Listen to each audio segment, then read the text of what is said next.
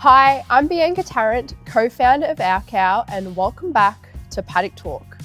Today, we're tackling something that's on every packet of meat you see: labels. Words like grass-fed, organic, carbon neutral, regenerative, they all sound great, but what do they really mean? Who decides what counts, and where are the loopholes?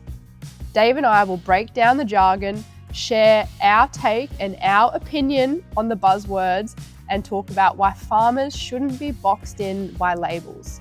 If you've ever felt confused standing in front of the meat section, this episode is for you.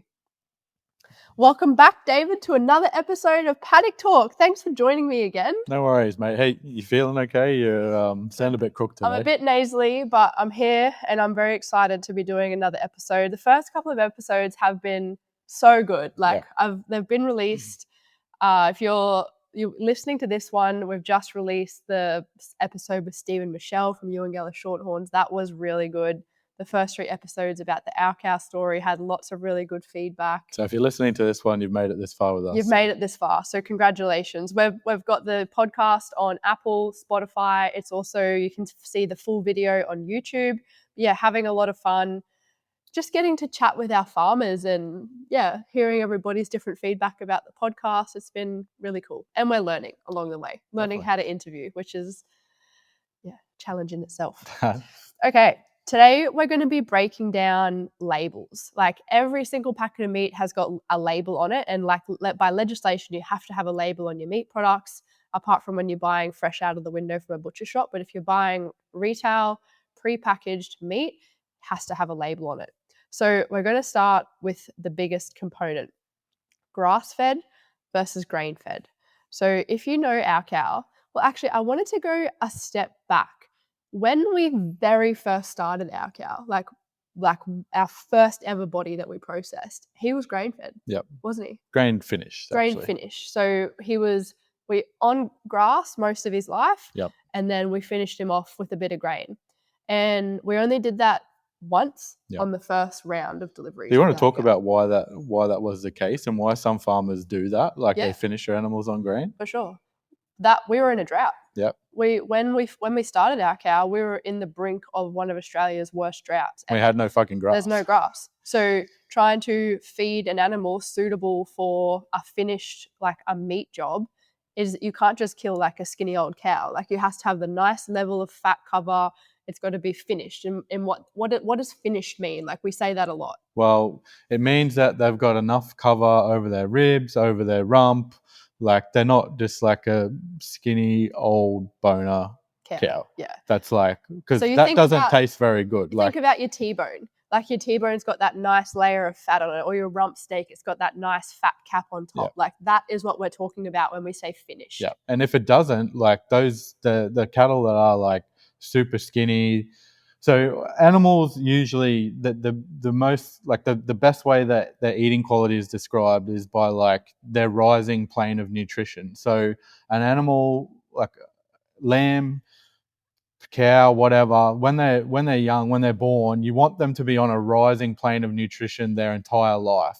So they start off and they're eating grass and they're like they're going upwards. They're putting on weight. Their nutrition is adequate. It's like a person, right, or a child. Like they got to be growing and they got to be like ingesting food that is nutritious for them. It's also helping them grow.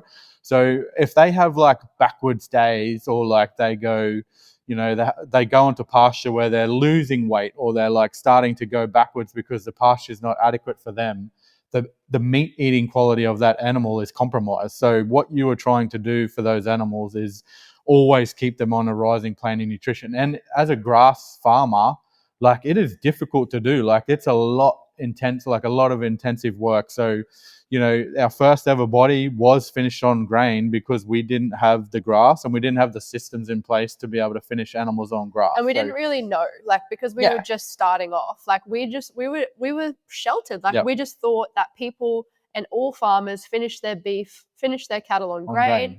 That's what you did. That's how you laid the fat down. And we were none the wiser. And we had no idea what our customers wanted because we didn't know who our customers were. But we quickly found out that people would ask us, is it grass-fed? Is it grass-fed? And then it became apparent to us that like we need to be 100% grass fed and grass finish. and grass finished. So here's the thing, right? The term grass fed isn't very tightly regulated in Australia. So you can technically finish an animal on grain for less than 89 days and still call it grass fed. Or if it's not coming from a certified feedlot. Yeah. So basically, this is how it can work. You can buy a steak and it can say grass fed on the label. Doesn't necessarily mean that it's grass finished. So that's a bit of a loophole in itself. And like Dave said, sometimes you can be buying meat that says grass fed, that it isn't grass fed, it just hasn't been fed in an accredited feedlot. Yep. So a feedlot is like an intensive farming operation where cattle are fed grain intensively for a stipulated amount of days. Usually 100 days. Most commodity beef in this country is like 100-day grain-fed animals. They're. And why? So I've never been about bashing feedlots because I've always felt, and we've got friends that work in feedlots, like absolutely. And the more that our cow grows and the more that we get bigger, I really feel like we've become like this voice of agriculture. And I feel like a lot of responsibility of that, like that we're the face of agriculture, like we're showing people about agriculture. So anyway, what is the necessity of a feedlot? Consistency. Consistent product that people need to eat in this world. And need to eat affordably. And they definitely need to eat affordably. So like when you have an animal that's, basically most of the feedlots are buying an animal at a certain weight. They're trying to target, sort of 380 kilos and above live weight animals, sort of even up to 450, 480 kilos to go into their feedlot. And then they want to spend as little time and money as possible to finish those animals on grain. So majority of the commodity beef that's in the supermarkets is 100 days. And that is just for consistency, to get that consistent finish on those animals, to turn those animals over as quickly as possible, so that the people that are going to the supermarkets every day to buy their steak, that's feeding their families for dinner, that they're like, it's consistent and it's cheap for them to pick up some meat because everyone needs to eat, right? So it's a necessary part of our food and agriculture system. And it's easier to mix up a ration, to buy products in, to mix up a ration and go around with a feed tractor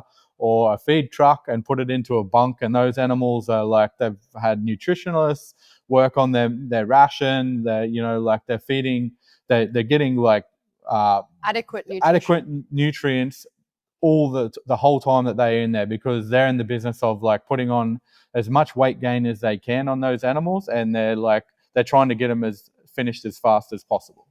So like I always think of it like it's a can of Coke. When you've got beef that's coming out of a feedlot, you are producing cans of Coke. Tastes the same, looks the same, weight's the same. Everything is exactly the same. But compare that to grass. Fucking, there's a lot of variables, man. It is difficult to do. Like, you've got different seasons, you've got different pastures, you've got different climatic conditions, or where soils, like all these things. And it's like, so like, it takes a lot of work to be able to grow pasture. And especially with this climate, like, I'm not like talking about the climate that's changing as well. It is getting more and more difficult to grow pasture, to finish an animal off, because at the end of the day, like, I'm a grass farmer and all of our farmers are grass farmers, so it's next level of farming. And I think we spoke about that with Steve and Michelle a fair bit in one of the earlier pods.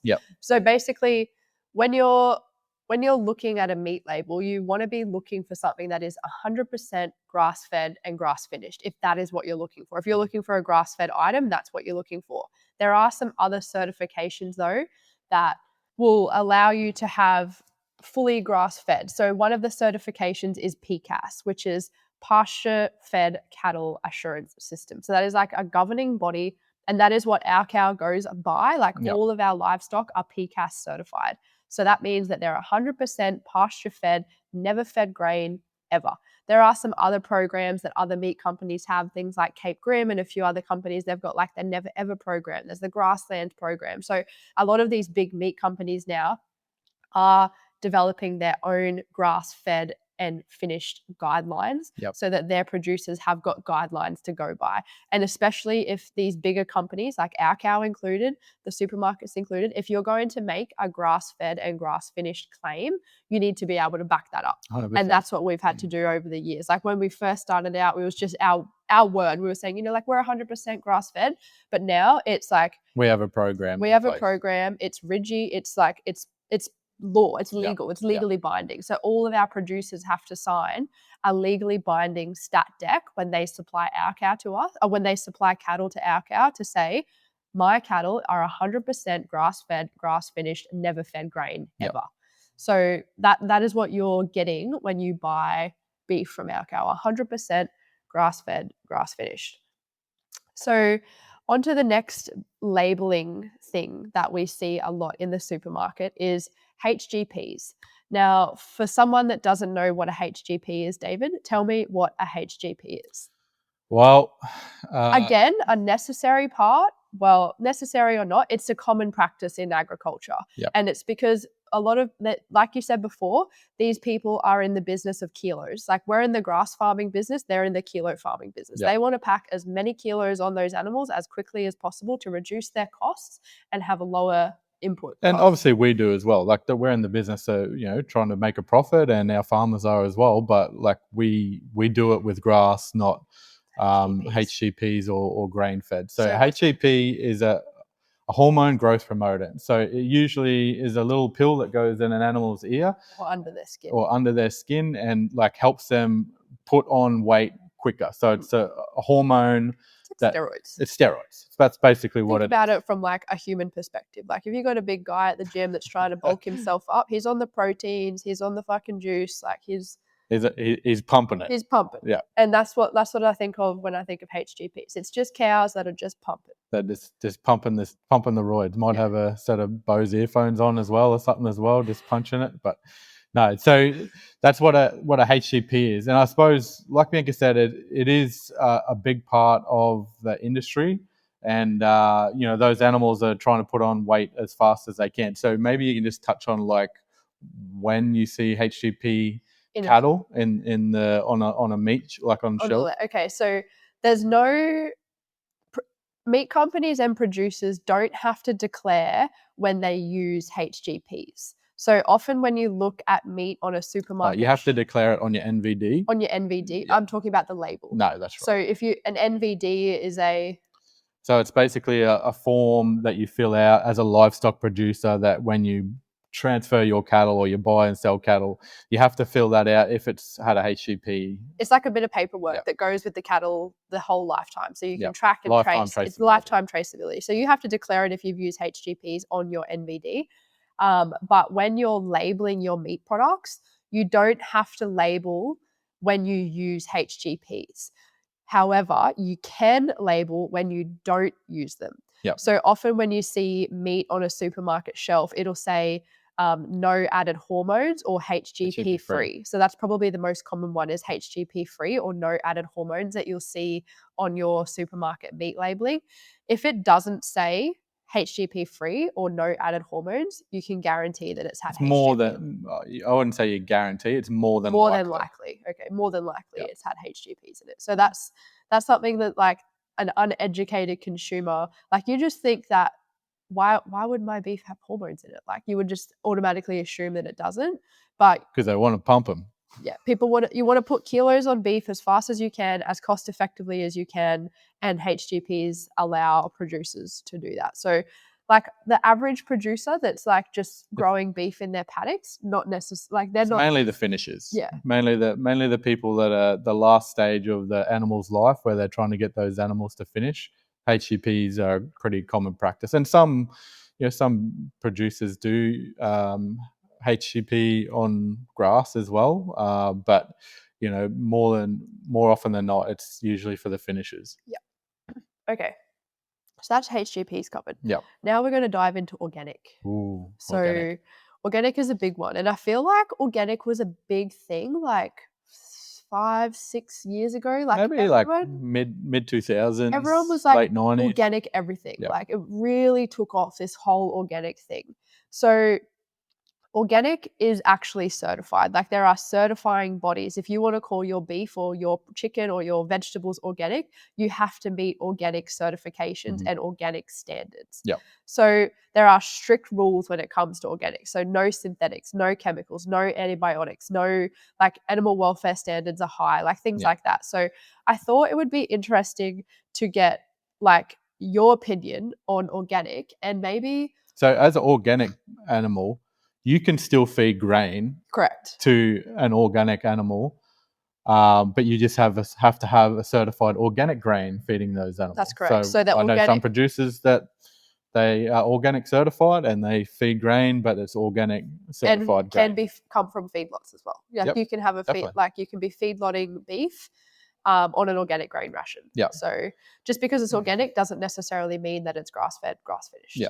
So definitely a different one there. I suppose like from my take on organics and the certification around that is a lot of our suppliers they go over and beyond the organic guidelines, but they aren't certified organic because in our location where we're on the northern rivers of New South Wales, very high rainfall area. We use practices for animal welfare on our cattle because we have buffalo fly or we have ticks and things like that. So, or liver fluke is another one as well. We treat those animals for, like, buffalo fly is basically like 1,000 mosquitoes are chewing the cow's eyelids out around the soft part of their skin in the summertime when there's like a lot of parasites and a lot, like it's a tropical area. So we use things to treat that so that the animal is not suffering, and we can't be certified organic because we use that, or we have. So a liver fluke parasite, right, is something that is common in our area as well. It's basically a parasite that's caused from snails, the bacteria from snails. And when the snail crawls over the grass, the cow eats the grass where the snail bacteria has been. There's a parasite that goes onto the cow's, like it ingests it, goes onto the cow's liver, and it actually sucks the nutrients out of this cow, right? So it's like this parasite that is just sucking every bit of nutrients that the cow consumes. It's sucking it out. And we've had cattle die because they look super healthy, and they'll just fall over and die in the paddock because they have, like, their body they're starving to death, even though they've been consuming grass, and because of these parasites. So we treat those animals for that. We have a drench that goes down their throat to treat this parasite. We cannot be certified organic because of that reason. But it's like it's an animal welfare issue. That's though. right. Like you always say this. Like, could you imagine going down to the beach, and watching the sunset down there, and just getting the absolute fuck bit out of you by mosquitoes? Yeah, sitting on a river in North Queensland. You're going to spray yourself with a bit of mozzie spray or a bit of Aerogard or light a citronella candle. Yeah, like because you're going to try and treat yourself. And a cow, like old buddy Bessie in the paddock, she can't go and grab a can of Aerogard and fucking spray it on herself. No. But like she's there, you can see she's flapping her ears, she's swishing her head, her tail's going crazy. You can see that she's in discomfort because she's getting attacked by midges or mozzies or flies. So like your responsibility as a farmer is to make sure that your animals, your like animal welfare is number one. And I guess a lot of the organic cattle in Australia comes from areas where these things don't happen. Exactly right. So where do organic cattle, like you do get some coastal organic cattle, don't get me wrong. Yep. But majority of the organic, like the large scale organic cattle in Australia come from Central Australia. Correct. Mainly the desert. Like places where they don't have parasites, where it's not very tropical, arid. It's arid. It's a lot of dry heat. These parasites and these things that cause discomfort for these cattle don't live in those areas. So that's basically where majority of these cattle come from. Correct. Of the organic cattle. So a lot of our producers will go over and above organic certifications and organic standards, but it's the animal welfare that plays a big part in it. But like organic is a bit of a pay to play game. Definitely. And you'll find that with a lot of these certifications I think it's up to $10,000 a year to be certified organic now. So it costs a lot of money for a producer to go and get their farms audited, to go and like do all these things, and then to just pay a governing body to give them a label on their And product. to be honest, to not get that much more at the farm gate. No. Like like back when the mid 2000s when the organic boom was going on, Yep. like you could have got a much higher price at the farm gate, but now it's sort of like you have to kind of weigh up, like, is it actually worth it? Yeah. And with the like economic climate at the moment of consumers, like, are consumers still paying a really high price for organic produce? Yep. I don't really see it, but it is like a lot of these labels and a lot of these governing bodies, it is a pay to play with these guys. So I think like the moral of the story with organic for our cow is we use our own program to certify our farmers, and we 100% trust that what they're doing is the right thing for their farm, their animal, and the environment. 100%. Yeah. So that is organic. We don't stipulate to our producers that they have to be organic. We do have some organic suppliers. We do. Yep. We don't pay them any extra, do we? No, because we don't sell, like, we don't charge our customers. We have some organic chicken, and when we first started, we have some organic beef sometimes as well. But we don't stipulate that because our farmers meet our program guidelines. They're not certified by an organic body, which is pay to play. Yeah, correct. However, like, we do, and that's why you'll see in a lot of our marketing that it's free range, grass fed, organic, because we do have some organic produce. Like, we work with chicken suppliers that are certified organic, and we sell those products. When we first started selling chicken at our cow, we were all organic. All of our chicken was 100% organic. But what we found was it was just not attainable for everyday people to buy organic. Like, people just couldn't afford to pay organic. So that's when we still had some organic products, and then we brought in the free range products because they met our guidelines, and it was a more affordable product for people. So next, labeling, which is kind of a new label that's come about in the last couple of years, carbon neutral. So interesting. Talk about this one, Bianca. Okay. Oh, I don't know where to start. So it's a bit of a buzzword, I think. Like, there was this big thing recently about, like, we need to be offsetting our carbon, and we need to be, It's a big thing in agriculture at the moment. There's like a lot of talk because, we have a lot of trees and grass and carbon sequestering things on farmers' land across the world, right? So it's a big thing in agriculture at the moment. And like, I think, you can do a lot of things as a farmer to like probably not change your practices, or like as businesses, we've seen a lot of like businesses nowadays that don't change anything that they're doing, but they go and buy wind farm credits from some place in like overseas or something like that to offset their carbon, which is fucking bullshit in my mind. Honestly, like, if you're going to be carbon neutral, work towards changing what you're doing in your business or your farm that's going to reduce your carbon emissions.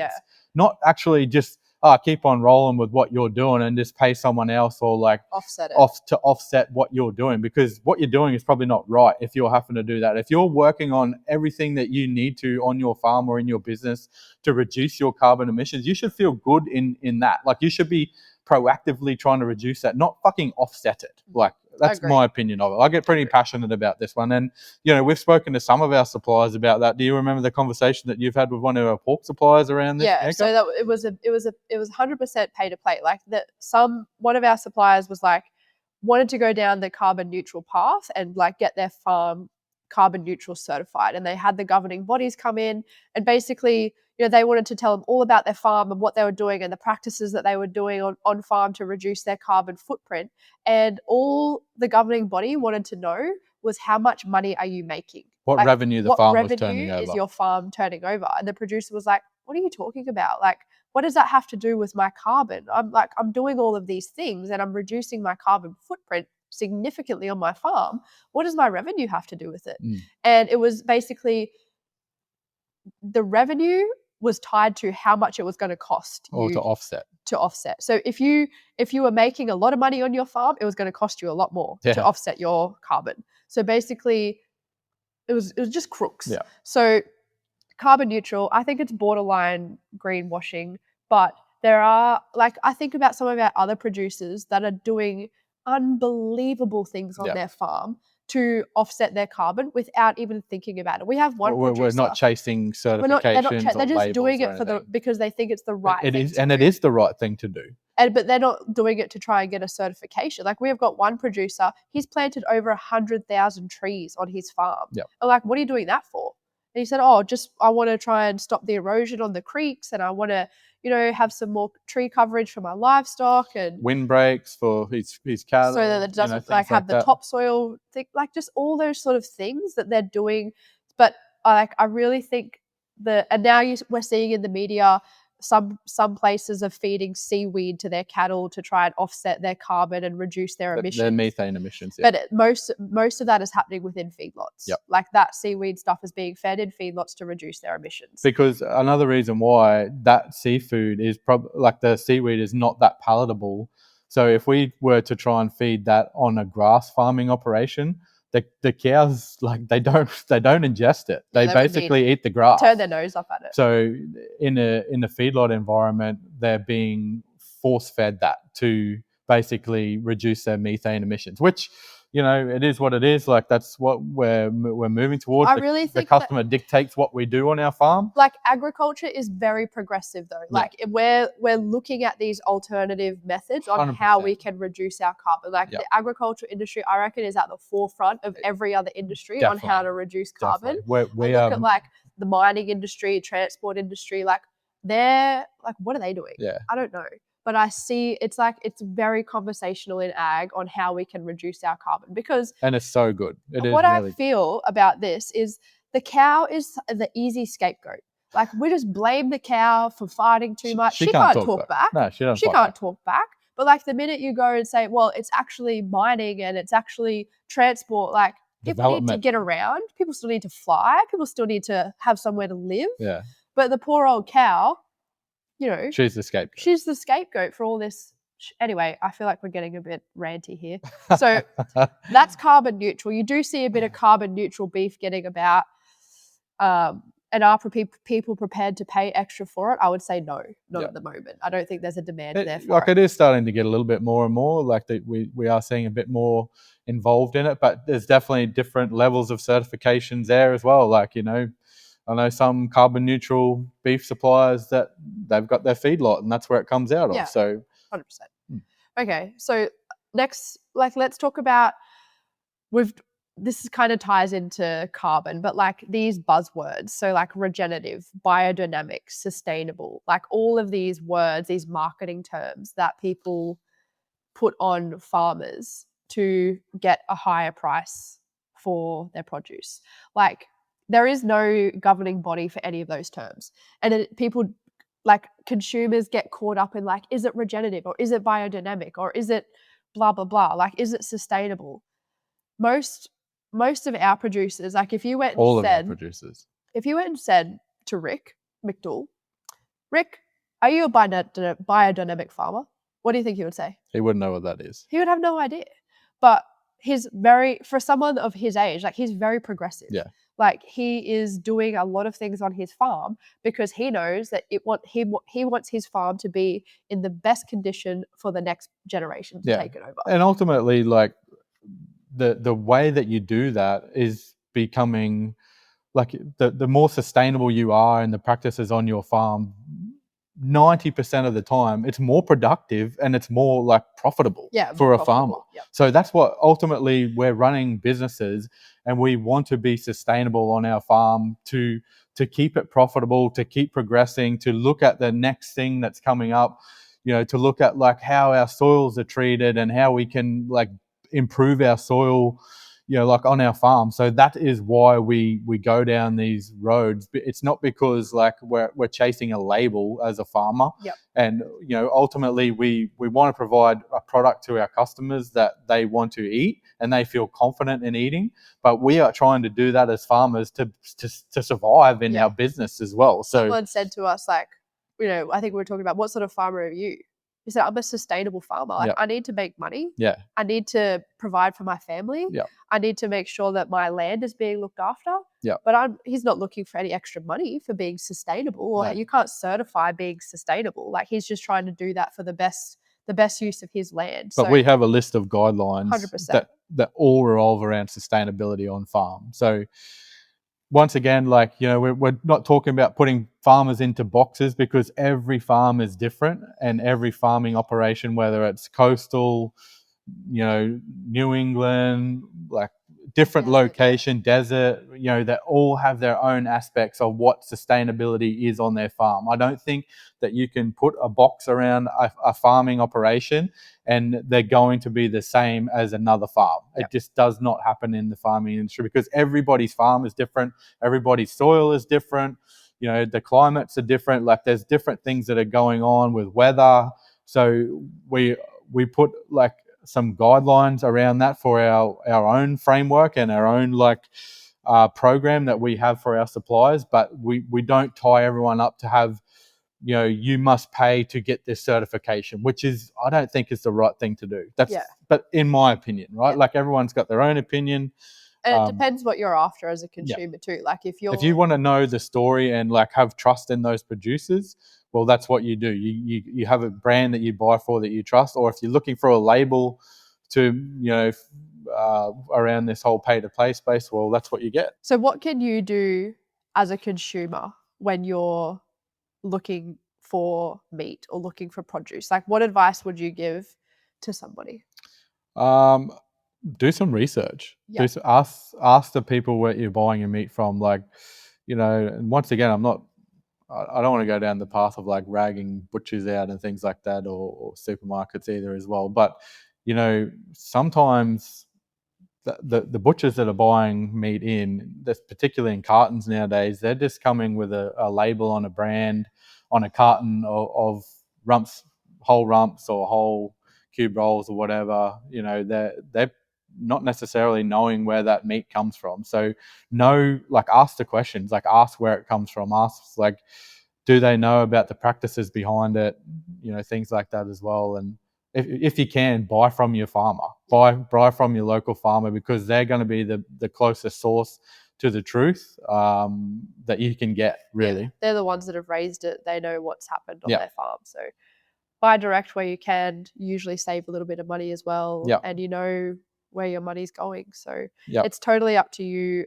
where you buy your produce from. Like we said from the start, there is always going to be a need for supermarkets and affordable meat and feedlots and all that sort of stuff. And it's purely about giving you as the consumer the knowledge to choose where you want your food to come from. I think so too. Just choice is what customers are looking for, really. 100%. Anything else you'd like to add on meat labeling? Oh, no, that's a pretty controversial topic, I think. It's always a challenge trying to work through that and explain that, but hopefully we did an okay job and we don't get bashed too much. I think it's fine. Because we love ag, and we're definitely not out here to bash agriculture. We've got mates in so many different aspects of ag, so it all makes the world go round. 100%. We've got to keep people fed. We've got to keep people in the cities bloody with a bit of full belly. That's right. So talking about full bellies, have you got a recipe? Oh, I forgot. You better get one on this episode, mate. Actually, why don't you have one? I've been on the old carnivore bandwagon for a little while now. Lost 20 kilos, both Bianca and I, on the carnivore. Feel great, super clear. It's probably an episode. We should talk about that. We should talk about that. Yeah. But anyway, so the other day I'm batching it. Bianca stayed at her niece's place to hang out with my sister. My niece doesn't own the house. She's only 2. Well, but stayed with your sister to hang out with your niece. And I was batching on it. So I was like looking through the cupboard about what I had. I had some chicken thighs in the fridge. And then, so there's some pork crackle. So like as a snack for a carnivore, you like, you know, jerky, pork crackle, things like that from the servo. So I had some pork crackle in the fridge. Anyway, crushed all the pork crackle up and then got a bit of egg and then dipped the chicken thighs in the egg and then dipped them in the pork crackle to make crumb chicken. But like it was like pork crackle. Carnivore. How'd you cook it? I just put it in the air fryer. Oh, really? Did you spray it with a bit of oil? Yep, sprayed it with a little bit of oil and then put it in the air fryer. I think it was like 165 degrees for about 16 minutes or something like that. Perfect. Nice. And I sat down for lunch with Luke, our farm manager, that day, and had me carnivore chicken thighs. So Very nice. And he probably had something like muffins and Kit Kats. he actually had. His wife's a great cook. His wife is a really good cook, and she made these like those Cocoa Pop Cocoa Pop slice. Yeah, she had them, and I didn't have one, so you had your chicken. Had my chicken. Well done. Okay. Feel great about myself. Good for you, David. So wrapping up, at the end of the day, labels can help, but they don't always tell the whole story. And that's why we started Our Cow. So you know exactly what you're buying, where it's from, and the story behind it. Thank you for tuning in to next episode of Paddock Talk. If you've enjoyed the episode, share it with someone, hit subscribe so you don't miss the next one. See you next time on Paddock Talk. See you guys.